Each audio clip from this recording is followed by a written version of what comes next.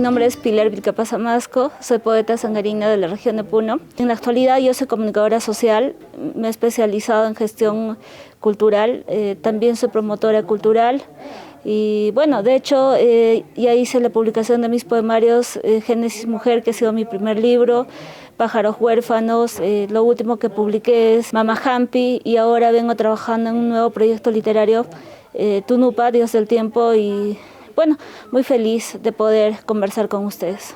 A mí me ha pasado algo muy bonito, es el hecho de tener un padre que ha sido maestro y del cual él estaba especializado en lengua y literatura, teología, psicología y filosofía.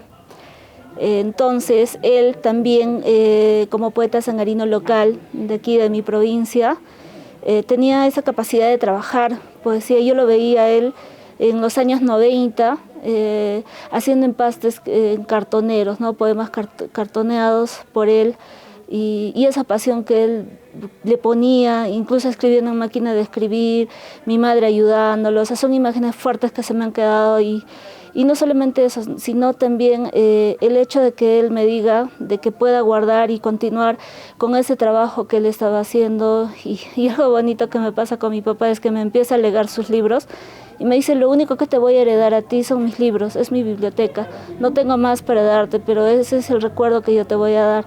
Y a medida que pasaban los años, ya casi a los 12, 17 años, 12, 11 años, empiezo a hacer mis primeros escritos para los juegos florales de la secundaria y me doy cuenta que empiezo a ganar con mis propias composiciones, y es ahí donde nace esta pasión y digo: tengo capacidad, tengo talento, me gusta lo que hago.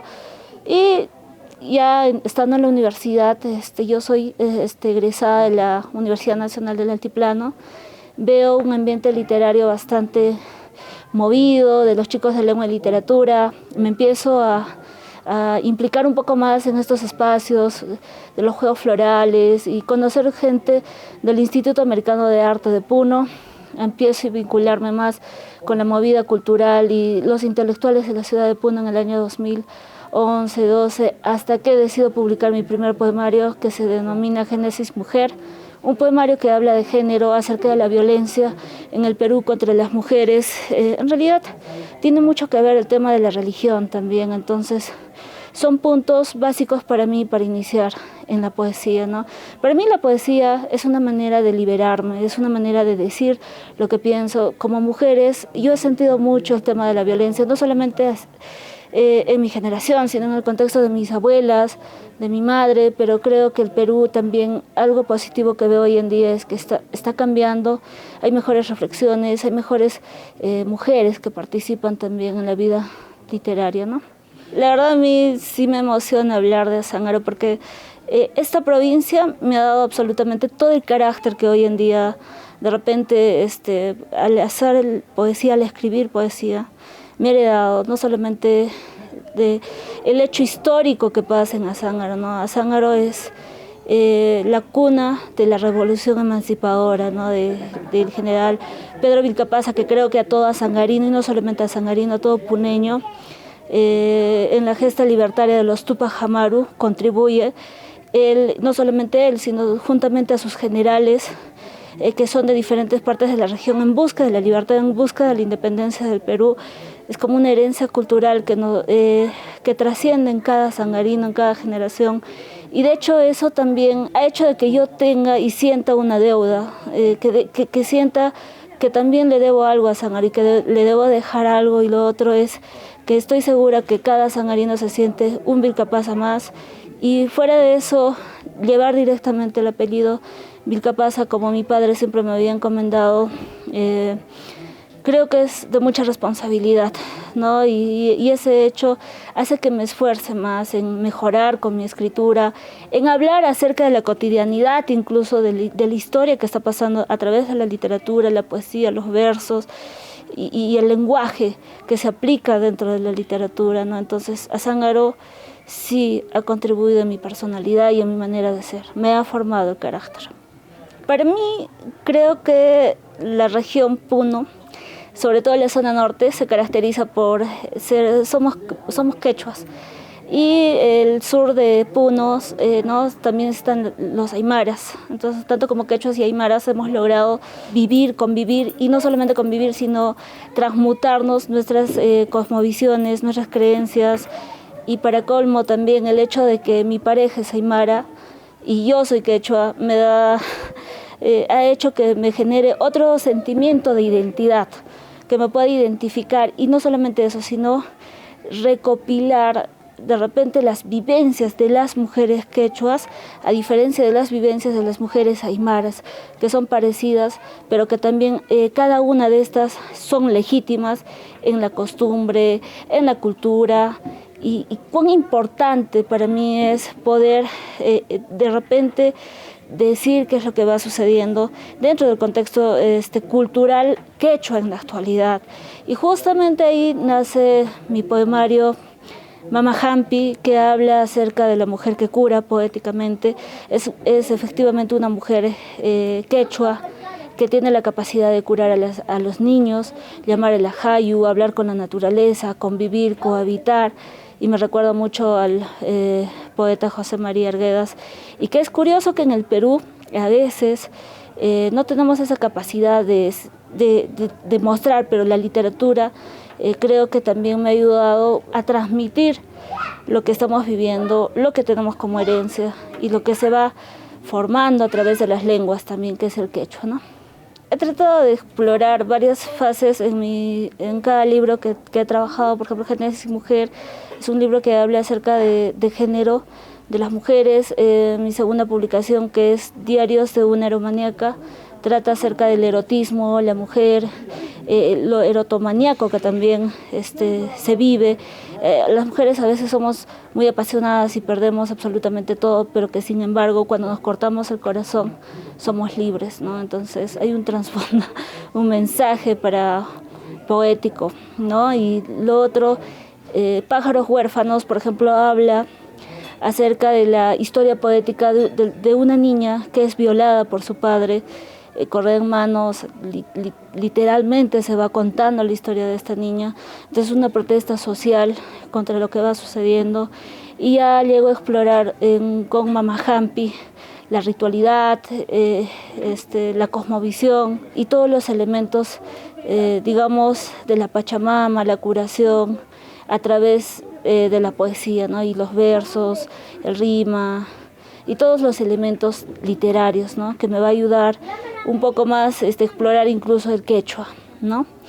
Y de esa manera he estado explorando. Ahora con mi último trabajo literario que vengo empujando, ya más me estoy, digamos, enfocando en todo lo que es el contexto cultural puneño, ¿no? Tanto entre lo quechua, lo aymara, entre el mundo andino, que nosotros vivimos y tenemos un ciclo de vida, ¿no? Es el mundo del caipacha, del ucupacha, del janampacha, ¿no? Entonces cada ciclo está presente en la vida del puneño, ¿no?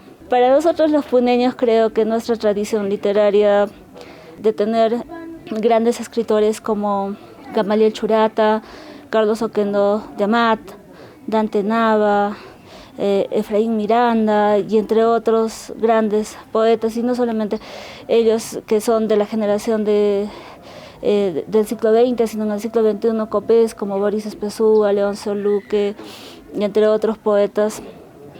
También es mucha responsabilidad y obviamente siempre a veces los literatos empezamos con la influencia de los escritores locales que nos van empujando y también nos dan ese sentido de también construir nuestro propio camino. Y bueno, en el Perú, de hecho, en cada región hay muy, muy buenos poetas, ¿no? Como a mí me encanta, por ejemplo, José María Eguren, que es un poeta que me atrapa desde la infancia, ¿no? La calidad de trabajo que tiene. Y bueno, internacionalmente, por ejemplo, me gusta Kafka, me agrada Walt Whitman, por ejemplo, y entre otros poetas, pero que yo creo que siento que tengo más arraigo con los poetas puneños, ¿no? De hacer mi propio camino y continuar con esa tradición literaria que tenemos en Puno. Creo que lo veo desde el punto de vista sociológico y antropológico. O sea, siempre he tenido una mirada más sociológica y antropológica, porque entiendo de que desde esa mirada, desde esas particularidades de las ciencias sociales, siempre me pregunto, la primera cosa que me pregunto antes de escribir es, ¿en qué puede aportar el libro que voy a escribir? ¿De qué manera podría generar un cambio? ¿O de qué manera podría visibilizar algún problema que está sucediendo? Y la mayoría de los trabajos literarios que he hecho siempre he hablado de la mujer. Y entonces de repente ver de qué manera puede llegar a construir el trabajo literario que hago. Y a medida que va avanzando el tiempo, hago siempre una estructura mental de lo que podría contener mi trabajo literario, qué cosas podría decir, qué argumentación podría dar. Y ya en tercera etapa visualizo cómo lo voy a escribir, ¿no? Con qué figuras literarias voy a hablar acerca del tema. Pero hay algo que sí me he dado cuenta, ¿no? En todo la recurrencia del trabajo literario que hago, es el dolor. Me he dado cuenta que para escribir tengo que tener dolor, o sea, tengo que tener un dolor, un sufrimiento con respecto al tema, o sea, me tiene que doler tanto como para poder empujarme, ese combustible. Yo me considero a veces una poeta que sin ese dolor no podría ser yo, no podría sentir, no podría hablar de cada cosa, o no podría escribir, no podría demostrar esa poesía o ese poema para que pueda nacer, ¿no? Entonces, y algo curioso que yo estoy más que segura que también le sucede a los poetas es que a medida que nace un poema, van naciendo otros poemas, van naciendo otras ideas. Entonces vas evaluando cuál es mejor, en qué tiempo lo podrías escribir, si es el contexto adecuado o no para que puedan nacer. Entonces hay un trabajo simultáneo, ¿no? Que se va elaborando, por lo menos para la estructura que yo hago, ¿no? en la parte poética.